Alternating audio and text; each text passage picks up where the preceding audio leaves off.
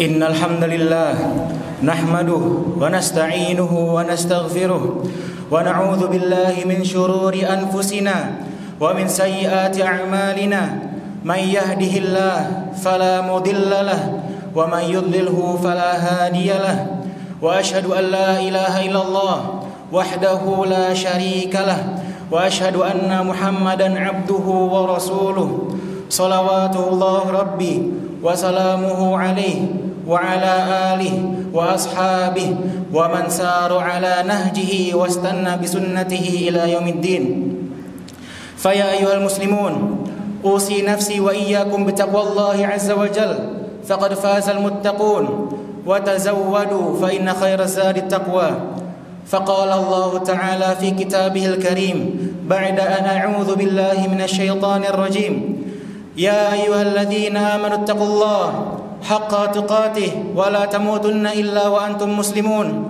وقال أيضا: يا أيها الناس اتقوا ربكم الذي خلقكم من نفس واحدة وخلق منها زوجها وبث منهما رجالا كثيرا ونساء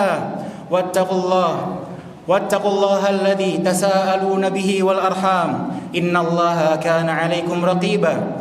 يا أيها الذين آمنوا اتقوا الله وقولوا قولا سديدا يصلح لكم أعمالكم ويغفر لكم ذنوبكم ومن يطع الله ورسوله فقد فاز فوزا عظيما. فإن أصدق الحديث كتاب الله وخير الهدي هدي محمد صلى الله عليه وسلم وشر الأمور محدثاتها وكل محدثة في الدين بدعة وكل بدعة ضلالة وكل ضلالة في النار. أما بعد. Tidak ada kata yang perlu kita ucapkan selain kata syukur kita kepada Allah Subhanahu wa taala, yang mana Allah tidak henti-hentinya memberikan nikmat kepada kita. Yang Allah firmankan, wa in ta'uddu ni'matallahi la tuhsuha. Dan jika kalian mencoba untuk menghitung nikmat-nikmat Allah, maka kalian tidak akan bisa menghitungnya. Siapa yang bisa menghitung detak jantung kita? Siapa yang bisa menghitung peredaran darah kita? Bukankah detak jantung merupakan nikmat dari Allah Subhanahu wa taala? Bukankah peredaran darah termasuk dari nikmat Allah Subhanahu wa taala? Belum lagi kita jika berbicara tentang nikmat-nikmat yang lain. Terlebih khusus nikmat iman, nikmat Islam, nikmat bertakwa, nikmat beribadah, nikmat dapat diberikan kemampuan untuk berjalan ke masjid-masjid Allah, untuk mengamalkan apa yang Allah firmankan, idza nudiya lis-salati min yaumil jumu'ah fas'au ila dzikrillahi wa dzarul bai'. Apabila dikumandangkan azan zuhur pada hari Jumat, maka bersegeralah untuk mengingat Allah, bersegeralah untuk hadir ke masjid-masjid Allah, wa dzarul bai', dan tinggalkanlah transaksi jual beli kalian, tinggalkanlah urusan-urusan kalian. Dzalikum khairul lakum in kuntum ta'lamun. Maka sungguh itu lebih baik jika kalian mengerti apa yang dibalik itu semua. Maka oleh karena itu bersyukurlah kepada Allah Subhanahu wa taala. Kita bisa sampai di detik ini bukan karena kekuatan kita, bukan karena fisik kita, tapi karena perlindungan dan juga kekuatan dari Allah Subhanahu wa taala. La haula wala quwwata illa billah. Tidak ada daya dan upaya kecuali atas pertolongan Allah Subhanahu wa taala. Sebagaimana salawat dan salam kita haturkan untuk Nabi kita Muhammad sallallahu alaihi wasallam, kepada para keluarganya, kepada para sahabatnya, kepada para pengikutnya yang istiqamah pada jalan sunnah beliau hingga hari kiamat kelak. Hadirin sidang Jumat rahimakumullah yang semoga Allah muliakan. Tidak letih-letihnya, tidak bosan-bosannya khatib mengingatkan kepada jamaah dan juga kepada khatib pribadi untuk selalu bertakwa kepada Allah Subhanahu wa taala, untuk selalu meningkatkan ketakwaan kepada Allah Subhanahu wa taala, karena dengannya Allah akan bukakan pintu-pintu kebaikan. Wa may yattaqillaha yaj'al lahu makhraja. Barang siapa yang bertakwa kepada Allah, maka akan Allah berikan jalan keluar. warzuqhu min haitsu la yahtasib, dan Allah berikan rezeki dari jalan yang ia tidak duga. Wa may yattaqillaha yaj'al lahu min amrihi yusra, dan barang siapa yang bertakwa maka akan Allah permudah urusannya. Wa may yattaqillaha yukaffir anhu sayyi'atihi wa yu'zim lahu ajra, dan barang siapa yang bertakwa kepada Allah maka akan Allah hapuskan dosanya dan Allah akan lipat gandakan pahalanya. Hadirin sidang Jumat yang Allah muliakan, diriwayatkan dari Abu Hurairah radhiyallahu anhu bahwasannya Rasulullah sallallahu alaihi wasallam bersabda, "Sab'atun yudhilluhumullah yauma la dhilla illa dhilluh." Ada 7 golongan yang akan Allah naungi pada hari kiamat, yang mana pada hari tersebut tidak ada naungan kecuali naungan Allah Subhanahu wa taala. Yang pertama, al-imamul adil, imam yang adil. Kemudian, wasyabun nasya'a bi'ibadatillah, seorang pemuda yang tumbuh dewasa dengan beribadah kepada Allah Subhanahu wa taala. Kemudian, warajulun qalbuhu mu'allaqun fil masajid, seseorang yang hatinya selalu berkait dengan masjid. Warajulan tahabba fillah ijtama' alaih wa tafarraqa alaih, dan 2 orang yang saling mencintai di jalan Allah, keduanya berkumpul karenanya dan keduanya berpisah karenanya. Kemudian wa rajulun da'athum ra'atun dhatu mansib wa jamalin faqala inni akhafullah, seseorang laki-laki yang diajak berzina oleh seorang wanita yang mempunyai kedudukan lagi cantik, lalu ia berkata, aku benar-benar takut kepada Allah. Kemudian wa rajulun tasaddaqa bi sadaqatin fa akhfaha hatta la ta'lama shimaluhu man tunfiqu yaminuhu, seseorang yang bersedekah dengan satu sedekah lalu ia menyembunyikannya sehingga tangan kirinya tidak tahu apa yang disedekahkan oleh tangan kanannya. Kemudian yang terakhir, wa rajulun dzakarallaha khaliyan fa fadat 'ainah, seseorang yang berzikir kepada Allah Subhanahu wa taala dalam keadaan sepi lalu ia meneteskan air mata. Hadis riwayat Bukhari dan Muslim. Hadirin sidang Jumat yang Allah muliakan, pertama yang akan mendapatkan naungan oleh Allah Subhanahu wa taala adalah pemimpin yang adil. Pemimpin ini bersikap adil dalam hal amanat, ia benar-benar mengembannya dengan baik, tidak melampaui batas dan tidak meremehkannya. Keadilannya tidak beralih pada harta dan dunia. Itulah pemimpin, itulah ciri-ciri pemimpin yang akan mendapatkan naungan, di mana di hari tersebut tidak ada naungan kecuali naungan Allah Subhanahu wa taala. Kemudian yang kedua adalah pemuda yang tumbuh dalam ketaatan pada Allah Subhanahu wa taala. Kenapa disebut pemuda? Karena pemuda pada asalnya, pada fitrahnya, nafsunya begitu tinggi pada dunia, dan kebanyakan itu ia lalai dari akhirat. Kalau ada pemuda yang rajin beribadah di masjid, pemuda yang rajin melakukan sholat 5 waktu di masjid, pemuda yang berangkat setiap hari melakukan sholat fajar, sholat subuh di masjid berjamaah, itulah pemuda yang jadi harapan akan mendapatkan naungan pada Allah, naungan oleh Allah pada hari kiamat kelak. Pemuda seperti itu sangat jarang kita temui pada zaman sekarang. Di antara mereka lebih suka bersenang-senang dan berfoya-foya. Ada kesempatan untuk bermain game, ada kesempatan untuk bermain musik. Waktu mereka habis untuk hal sia-sia seperti itu. Bahkan maksiat pun ada yang dijadikan hobi oleh mereka. Untuk saat ini jarang sekali kita lihat pemuda yang tumbuh dewasa dengan ketaatan kepada Allah Subhanahu wa taala. Oleh karena itu disebutkan dalam hadis, itulah ciri-ciri pemuda yang akan mendapatkan naungan oleh Allah Subhanahu wa taala. Kemudian yang ketiga adalah orang yang hatinya selalu terkait dengan masjid. Laki-laki yang hatinya terkait dengan masjid adalah yang biasa menunggu sholat antara sholat. Misalnya ia menunggu waktu antara maghrib dan isya. Ia berada di dalam majelis ilmu, ia duduk dengan para penuntut ilmu, membahas terkait Al-Quran, terkait kalamullah, terkait hadis Nabi SAW.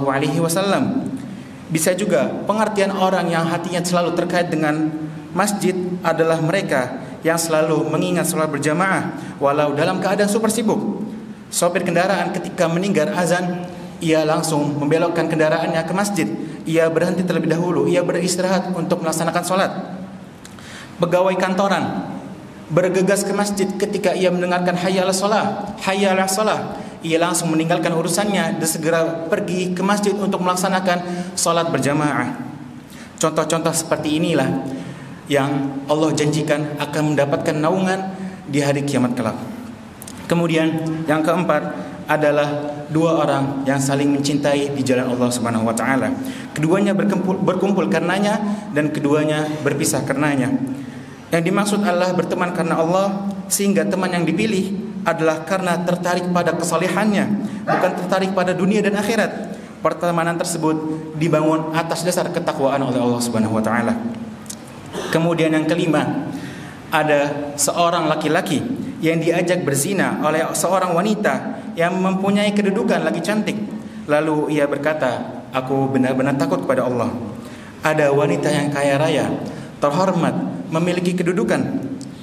Ia menggoda dan mengajak laki-laki untuk berzina. Namun karena laki-laki tersebut memiliki ketakwaan, laki-laki tersebut takut kepada Allah, maka laki-laki tersebut tidak jatuh ke dalam perzinahan. Hadis ini mengisyaratkan kepada kisah Nabi Yusuf alaihissalam dengan permaisuri Raja Mesir yang menggodanya. Kalau tidak dengan pertolongan dan perlindungan Allah, tentu Nabi Yusuf bisa saja terjerumus dalam zina. Maka kita bisa selamat dari maksiat hanya dengan pertolongan Allah. Ingatlah kalimat la haula wala quwwata illa billah. Ibnu Mas'ud radhiyallahu anhu berkata, la haula an ma'siyatillah illa bi'ismatih wala quwwata ala ta'atihi illa bima'unatih. Tidak ada daya untuk menghindarkan diri dari maksiat selain dengan perlindungan dari Allah Subhanahu wa taala, dan tidak ada kekuatan untuk melaksanakan ketaatan selain dengan pertolongan Allah Subhanahu wa taala.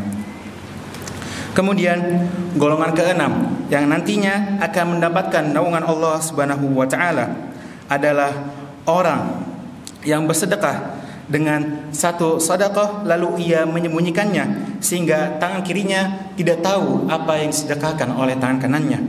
Maksudnya, sedekah yang paling utama adalah sedekah yang dilakukan secara sembunyi-sembunyi. Lihatlah ibarat yang dilakukan oleh Nabi Muhammad SAW. Tangan kanan yang berinfak, lantas tangan kiri tidak mengetahuinya. Ini menunjukkan bahwa yang paling dekat saja tidak mengetahui kalau ia bersedekah. Namun, boleh saja seseorang bersedekah secara terang-terangan untuk memberikan contoh pada orang lain. Juga sedekah boleh dilakukan secara terang-terangan jika yang dimaksud adalah sedekah wajib.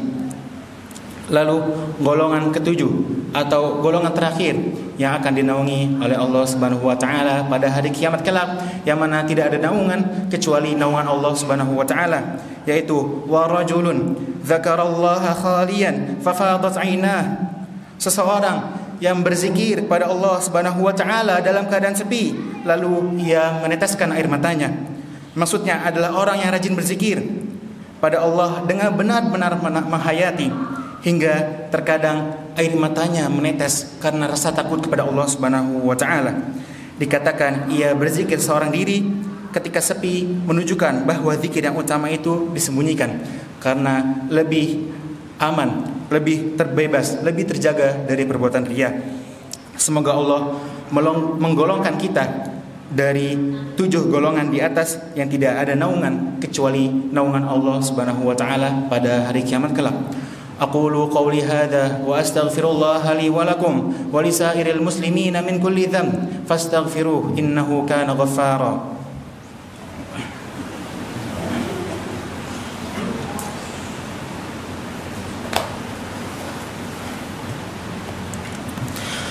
Alhamdulillahi ala ihsanih wa syukru lahu ala taufiqihi wa amtinanih.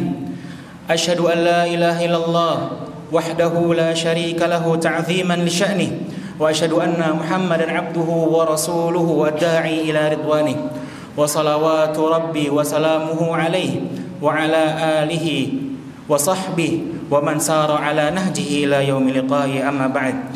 Fa ya ayyuhal mu'minun i'lamu anna Allah ta'ala amarana بأمر بدأ فيه بنفسه والملائكة بقدسه فقال تعالى إن الله وملائكته يصلون على النبي يا أيها الذين آمنوا صلوا عليه وسلموا تسليما اللهم صل على محمد وعلى آل محمد كما صليت على إبراهيم وعلى آل إبراهيم إنك حميد مجيد وبارك على محمد وعلى آل محمد كما باركت على إبراهيم وعلى آل إبراهيم إنك حميد مجيد اللهم اغفر للمسلمين والمسلمات والمؤمنين والمؤمنات الأحياء منهم والأموات إنك سميع قريب مجيب الدعوات ويا قاضي الحاجات اللهم انصر إخواننا المسلمين المستضعفين في كل مكان اللهم انصر